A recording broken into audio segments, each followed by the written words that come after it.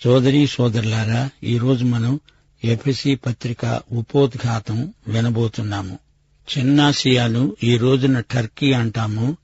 క్రీస్తు శకం 62 సంవత్సరంలో అపొస్తలుడైన పౌలు రోములో ఉండగా 4 వ్యక్తులు పౌలుకు వీడ్కోలు చెప్పి చిన్నాసియాకు వెళ్లిపోయారు.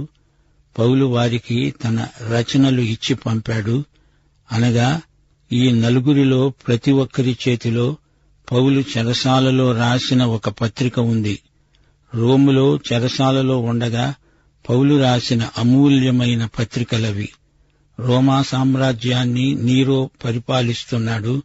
రోమా చక్రవర్తి ఎవరైనా అతనికి సీజరు అనే బిరుదు ఉంటుంది. రోము పౌరసత్వం పౌలుకుంది. అందుచేత సీజరు ఎదటే తన వ్యాజ్యాన్ని చెప్పుకుంటానన్నాడు పౌలు. చక్రవర్తి ఎదట సాక్ష్యమిచ్చే అవకాశం కోసం పౌలు కనిపెట్టుకుని ఉన్నాడు. పౌలు వద్ద నుండి వెళ్లిపోయిన ఈ 4 ఎవరంటారా? ఎపఫ్రొదితు మొదటివాడు. ఇతడు ఫిలిప్పీ ప్రాంతీయుడు. ఇతడు ఫిలిప్పీ పత్రికను పట్టుకెళ్లాడు. ఫిలిప్పీ పత్రిక 4:18. రెండోవాడు తుకికు. ఇతడు ఎఫెసు వాడు. తుకికు ఎఫెసు పత్రిక తీసుకువెళ్లాడు. ఎఫెసీ 6:21. మూడో వ్యక్తి ఎపఫ్రా. ఇతడు కొలసీ వాడు. ఇతడు కొలసీ పత్రిక తీసుకువెళ్లాడు. కొలసీ పత్రిక 4:12. ఇక 4వాడు ఒనేసిము. అతడు తన యజమానుడైన ఫిలెమోనుకు పౌలు నుంచి పత్రిక తీసుకువెళ్లాడు. 4 ద్వారా 4 పౌలీయ పత్రికలు ఈ విధంగా పంపబడ్డాయి. 4 పత్రికల్లో యేసుక్రీస్తు యొక్క సమగ్ర వ్యక్తిత్వ చిత్రణ జరిగింది. సంఘము, క్రైస్తవ జీవితం ఎలాంటివో వివరించబడినవి. ఇవన్నీ పరస్పర సంబంధాలలో ఎలా పనిచేసేది విశదీకరించబడింది.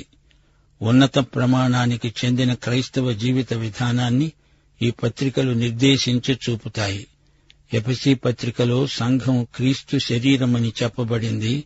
మార్మికమై అదృశ్యమై ఉన్న ఈ సంఘానికి యేసుక్రీస్తే శిరస్సు. ఎఫెసీ పత్రికలో యేసు శరీరం, కొలసీ పత్రికలో శరీరానికి శిరస్సైన క్రీస్తు ప్రత్యేకంగా చూపబడడం విశేషం. ఎఫెసీ పత్రికలోని యేసు శరీరాన్ని, కొలసీ పత్రికలో శరీరానికి శిరస్సైన క్రీస్తును మనం చూస్తాము. ఇక ఫిలిప్పీ పత్రికలో క్రీస్తుతో సంయుక్తమైన క్రైస్తవ జీవిత విధానం తేటగా చూపబడింది. ఫిలిప్పీ పత్రిక 4:13 అంటోంది, నన్ను బలపరచే క్రీస్తు ద్వారా నేను సమస్తము చేయగలను. అన్య ప్రజల మధ్య క్రైస్తవ విశ్వాసి ఎలా జీవించాలో ఫిలెమోను పత్రిక చూపుతుంది. ఒనేసిము అనే బానిసకు యజమాని ఫిలెమోను. పౌలు ఈ ఫిలెమోనుకు రాసిన ఉత్తరం ఎంతో అర్థవంతమై, ప్రయోగశీలమై అనేకులను ఆశీర్వదిస్తోంది. ఆధ్యాత్మిక విలువలు నేర్పుతుంది. ఫిలెమోను పత్రిక 17-18.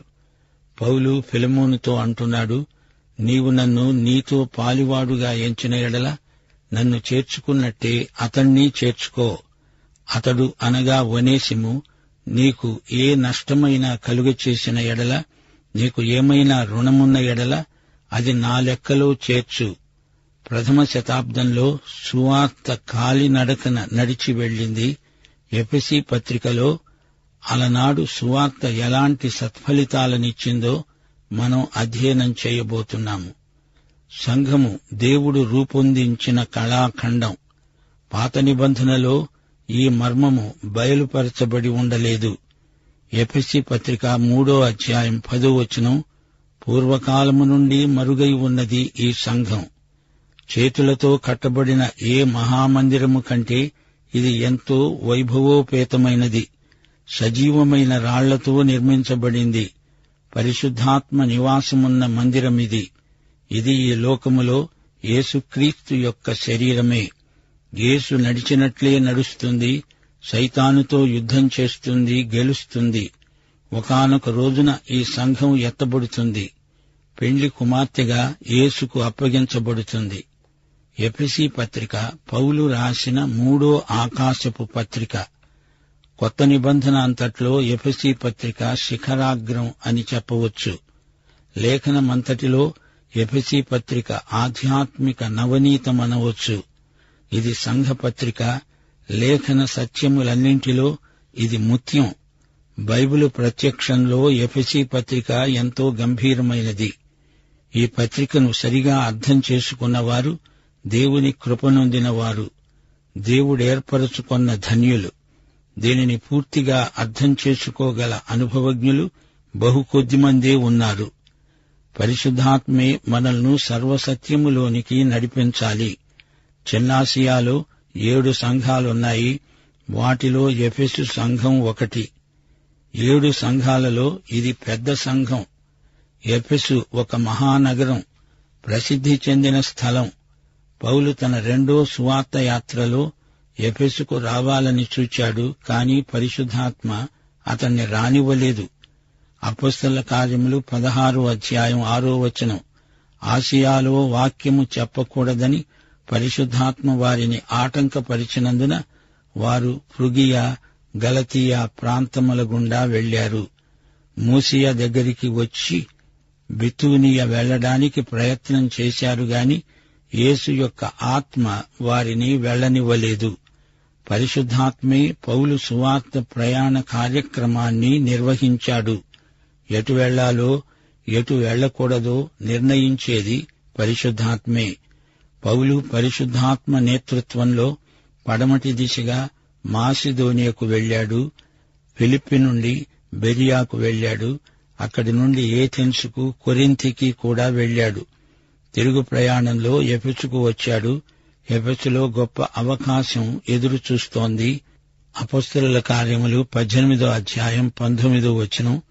వారు అక్కడికి వచ్చినప్పుడు ఎఫెసులో వారిని విడిచిపెట్టి తాను మాత్రము సమాజ మందిరములో ప్రవేశించి యూదులతో తర్కిస్తున్నాడు.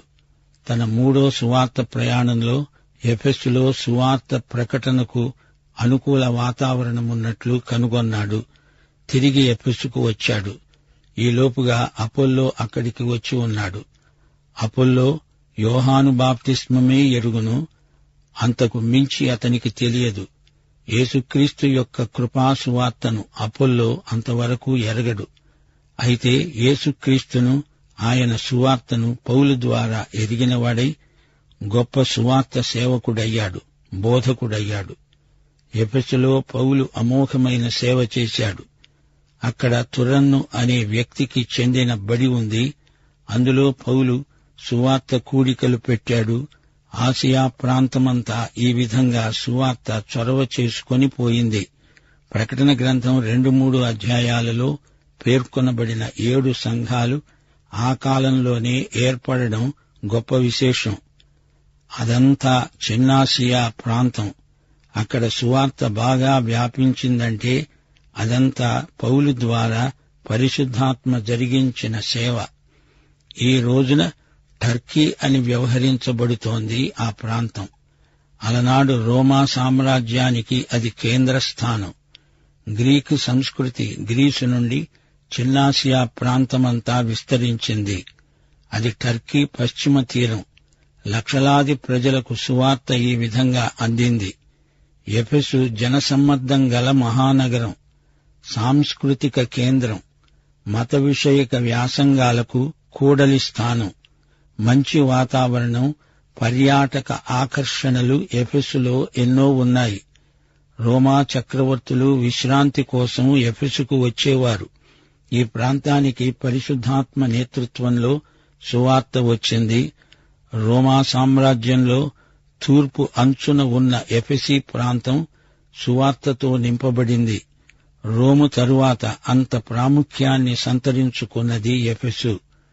క్రీస్తు పూర్వం 2000 సంవత్సరంలో హిత్తీయులు నిర్మించిన నగరమిది. తూర్పు దేశాలలో పేరెన్నికగన్న నగరం. క్రీస్తు పూర్వం 1000 సంవత్సరం వరకు ఈ నగరం ఎంతో ఉచ్చస్థితిలో ఉంది. అప్పుడు ఆ ప్రాంతమంతా గ్రీకు ప్రభావం కిందికి వచ్చింది. తూర్పు పడమరల సంస్కృతి సంగమం ఏర్పడింది. ఎఫెసులో ప్రాచ్య పాశ్చాత్య నాగరికతలు మేళవించాయి. 2500 సంవత్సరాలు లోకం మొత్తంలోకి ఘనత వహించిన పట్టణంగా వెలుగొందింది. ఈ రోజున ఎఫెసు పట్టణం సముద్ర తీరాన భూగర్భంలోకి దిగిపోయింది. అవశేషాలు కూడా కనిపించటం లేదు. కాలగర్భంలో కలిసిపోయిన పట్టణం. దాని వైభవం ఈ రోజున గత చరిత్రలో భాగమైంది. ప్రాచీన కాలంలో ఎఫెసు మహానగరంలో డయానా దేవాలయముండేది. అది లోకంలోని 7 వింతలలో ఒకటి. గ్రీక్ నాగరికత, శిల్ప నైపుణ్యం ఉట్టిపడి కట్టడమది. 418 అడుగుల పొడవు, 237 అడుగుల వెడల్పు. పార్థియనుల శిల్ప నైపుణ్యాన్ని తలదన్నిన శిల్పకళ ఇందులో కనిపిస్తోంది. భూకంపాలను సైతం తట్టుకుని నిలువగల రసాయనిక ద్రవ్యాలను ఈ కట్టడంలో పెట్టి మరీ కట్టారు. జంతు చర్మం, బొగ్గు మిశ్రమంతో తయారైన రసాయనిక పదార్థాన్ని నిర్మాణంలో వాడారు. వారి కళా నైపుణ్యం, వారి ద్రవ్య సంపద ఎఫెసు పట్టణానికి అంత గొప్ప పేరు తెచ్చాయి. డయానా దేవస్థానం 127 స్తంభాల మీద నిర్మించబడింది. ఈ దేవాలయంలో డయానా దేవీ విగ్రహమున్నది. ఈ డయానా గ్రీకు పురాణాలలోని డయానా కాదు. ఎఫెసులోని డయానాదేవి సంతానోత్పత్తికి అధిష్టాన దేవత. చంద్రమండల దేవత కాదు, సంతాన దేవత. ఈ దేవతా విగ్రహానికి ఎన్నో వక్షస్థలాలున్నట్లు చిత్రించబడింది. కట్టెతో చెక్కబడిన పెద్ద విగ్రహం. ఈ దేవస్థానంలో ఎన్నో అవాచ్యమైన కార్యక్రమాలు కొనసాగుతూ ఉంటాయి. ఈ దేవాలయం నమూనా వెండితో తయారు చేయబడి అధిక సంఖ్యలో అమ్మబడుతూ ఉండేది. స్వర్ణకారులు ఈ వ్యాపారంలో అధిక లాభాలు గడించేవారు. ఇలాంటి ఎఫెసు నగరానికి అపొస్తలుడైన పౌలు వచ్చాడు. 3 నెలలు పౌలు స్థానిక సమాజ మందిరంలో మాట్లాడాడు.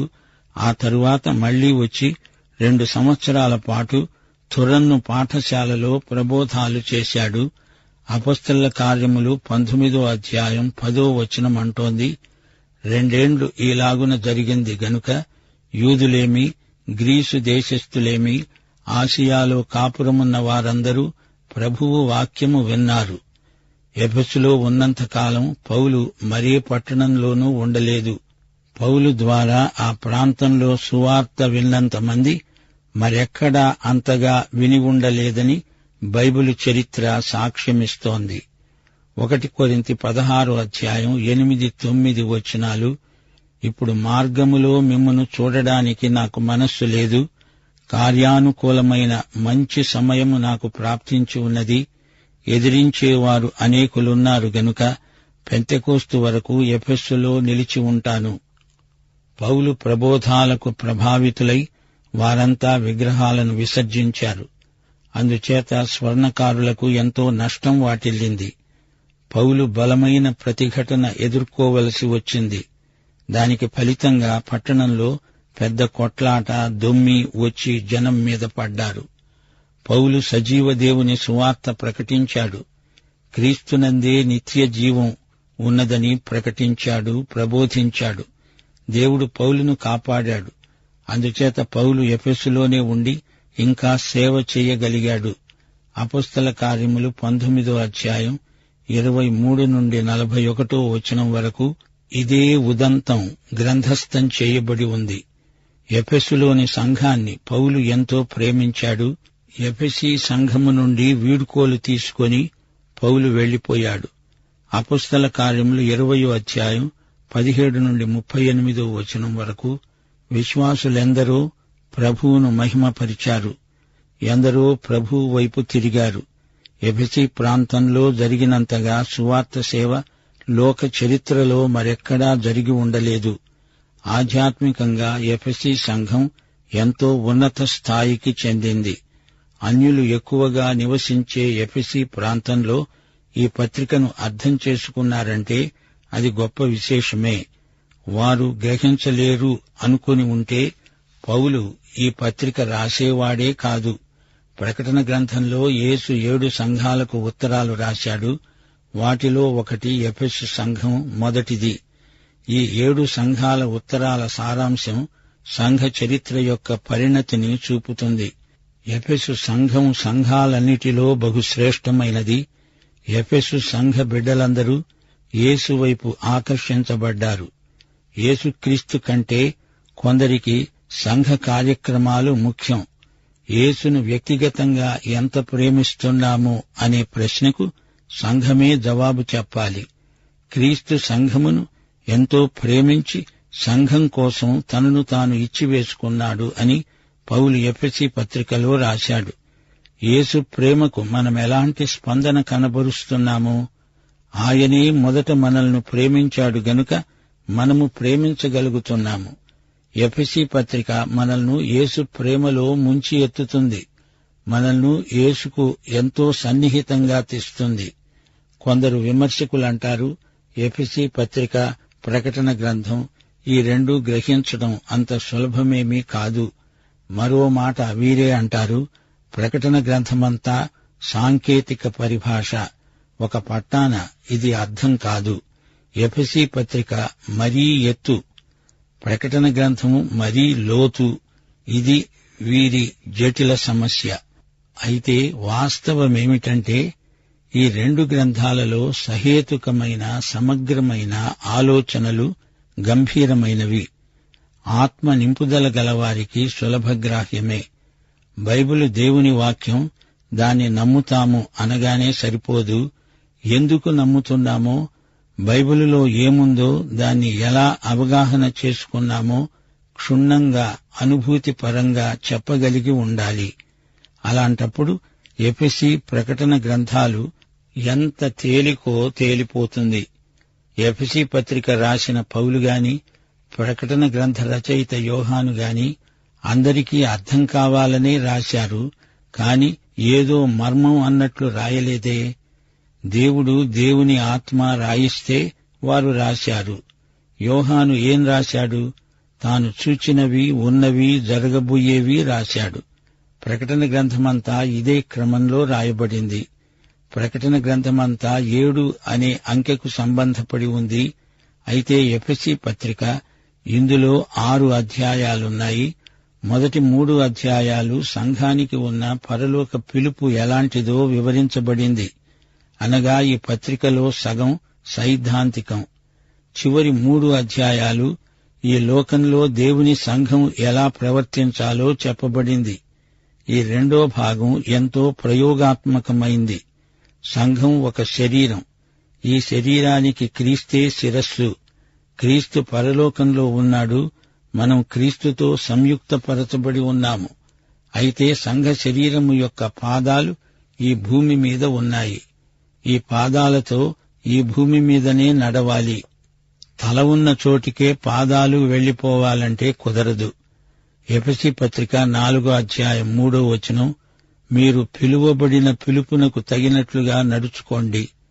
విశ్వాసీ, పరలోకంలో కూర్చోవటం కాదు, ఈ లోకంలో నీవు నడవాలి అంటున్నాడు పౌలు. నీ శిరసైన క్రీస్తు పరలోకంలో ఉన్నాడు గాని క్రీస్తు పాదాలు ఇక్కడే ఉన్నాయి. నడవాలి. నీ ప్రవర్తన విషయం జాగ్రత్త. రోమా సామ్రాజ్యమది. క్రైస్తవులు అన్యుల మధ్య యేసు పాదాలై నడవాలి. ఎఫెసీ పత్రిక మొదటి భాగం సిద్ధాంతం, రెండో భాగం ఆచరణ. ఈ రెండూ మనకెంతో అవసరం. మొదటి 3 అధ్యాయాల పరిధిలోనే ఆగిపోకూడదు. చివరి 3 అధ్యాయాలలోకి సాగిపోవాలి. సందేశం గొప్పది. అది తల నుండి గుండెలోకి దిగాలి. గుండె నుండి పాదాలలోకి ఇంకాలి, నడవాలి. ప్రవర్తనలో పరివర్తన రావాలి. ఇది ఎఫెసీ పత్రిక సందేశ సారాంశం. మొదటి అధ్యాయంలో సంఘం ఒక శరీరం, రెండో అధ్యాయంలో సంఘం ఒక కట్టడం, 3వ అధ్యాయంలో సంఘం ఒక మర్మం, 4వ అధ్యాయం నుండి ప్రయోగశీలమైన ఉపమానాలు, 4వ అధ్యాయంలో సంఘం ఒక నూతన వ్యక్తి, నూతన పురుషుడు. ఈ లోకంలో సంఘం ఒక నూతన సృష్టి. ఒక కొత్త వ్యక్తిగా ఈ లోకంలో సంఘం నడవాలి గదా. సంఘంలో ఒక క్రొత్తదనం లోకానికి కనిపించాలి. సంఘం యాత్రిక సంఘం. 5వ అధ్యాయంలో సంఘం యేసు వధువు కాబోతోంది. ఆమె యేసు పెళ్లి కుమార్తె కాబోతోంది. ఇప్పుడు ప్రదానం చేయబడింది. 2 కొరింథీ 11:2 పౌలు అంటున్నాడు, దేవాసక్తితో మీ ఎడల ఆసక్తి కలిగి ఉన్నాను. ఎందుకనగా పవిత్రురాలైన కన్యకనుగా ఒక్కడే పురుషునికి అనగా క్రీస్తుకు సమర్పించాలని మిమ్ములను ప్రదానం చేశాను. ఈ రోజున సంఘం ప్రదానం చేయబడిన కన్యక. రేపు మధ్యాకాశంలోకి ఎత్తబడినప్పుడు పెండ్లి కుమార్తె అవుతుంది. 6వ అధ్యాయంలో సంఘం ఒక సైనికుడు. చాలామంది పెళ్లి చేసుకున్న మర్నాడే భార్యాభర్తలిరువురి మధ్య పోరాటం మొదలవుతుంది. అయితే సంఘం వధువు, సంఘం సైనికుడు. అంటే వధూవరుల మధ్య పోరాటం కాదు, ఇది సైతానుతో యుద్ధం. సైతానే మన శత్రువు. అపవాదిని ఎదిరించి వాణ్ణి తరిమెయ్యాలి. ప్రభువు పక్షాన నిలిచి మనం సైనికులమై అపవాదిని ఎదిరించి తరిమి కొట్టాలి. ప్రియ సోదరీ సోదరులారా, వింటున్నారా? జ్ఞాపకముంచుకోండి, ఎఫెసీ పత్రికలోని దేవుని సంఘము యొక్క 6 ఛాయాచిత్రాలను చూడండి. 1 సంఘం శరీరం, 2 సంఘం ఆలయం, 3 సంఘం ఒక మర్మం, 4 సంఘం నూతన పురుషుడు, 5 సంఘం ప్రదానము చేయబడిన వధువు, 6 సంఘం ఒక సైనికుడు. ప్రియ సోదరుడా, సోదరి, నీవు యేసుక్రీస్తును నీ స్వకీయ రక్షకుడుగా ఎరుగుదువా? అయితే ఈ పాఠమంతా నీకోసమే. పాఠం ఇంతటితో సమాప్తం. మన ప్రభువైన యేసుక్రీస్తు వారి కృప, తండ్రి అయిన దేవుని ప్రేమ, పరిశుద్ధాత్మ అన్యోన్య సహవాసము సదాకాలము మనకు తోడై ఉండునుగాక. ఆమేన్.